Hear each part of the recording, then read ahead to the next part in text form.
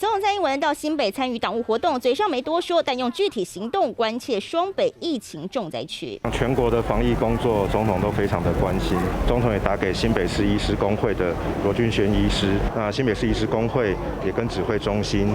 有做一些协调。据了解，蔡总统19号致电台大吴明贤院长，希望在儿童医疗部分扩大量能。另外，也打给新北医师公会罗俊轩，请他协助新北第一线基层医师跟筛检调度。我特别打电话到新北市，那主要就关心几个部分：确诊者这个居家照护的一个施行的一个状况，那么也包括说，现在有一些人他们必须要做视讯的一个远距问诊。的一个现况，要感动的是说，总统也关心到说，现在第一线医务人员他承受的一种大量的这种身心的一个压力。罗医师还原电话中蔡总统关切的内容，但新北市府还是有意见。今天都上路快1个月了，那么总统现在才说打电话要来拜托基层，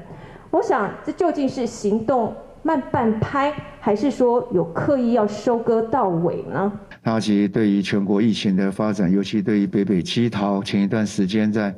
比较热、升得比较快的时候，也都很关心，用协助的角度，而不是用干预的角度。蔡总统关注儿童医疗量能，回应目前疫情比较紧张的部分，除了致电台大，也转发前副总统陈建仁的影片，关注儿童疑似症状注意事项。小孩子的健康状况，然后必要的时候给予快筛，送给临床医生来做诊断，尽量的鼓励自己的小孩子能够接种疫苗。陈建仁强调，接种疫苗很重要，孩子出现发烧、咳嗽、喉咙痛症状，先快筛，用5大面向告诉大家如何与病毒共存，一起度过疫情严峻期。3立黄大峰、郑海洲、SN 小组新闻报道。